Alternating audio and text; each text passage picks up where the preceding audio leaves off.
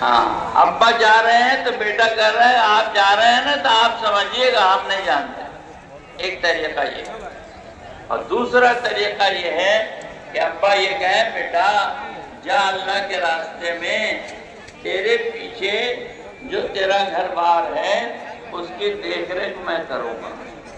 बाप कह रहा है, बाप के लिए जायज़ हलाल है बेटे के घर का देखभाल करे, तेरी खेती को देख लेंगे, कारोबार को देख लेंगे, तेरे बाल बच्चों को देख लेंगे तुझे।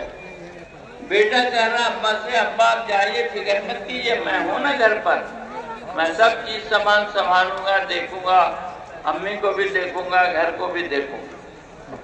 भाई कह रहा भाई से कि तू जा इत्मीनान से, तेरे पीछे जो काम है मैं देख लूं। भाई भाई से कह रहा, चचा भतीजे से कह रहा, मामू भांजे से कह रहा, जा इत्मीनान से, छुट्टी नहीं है तो छुट्टी दिला दो,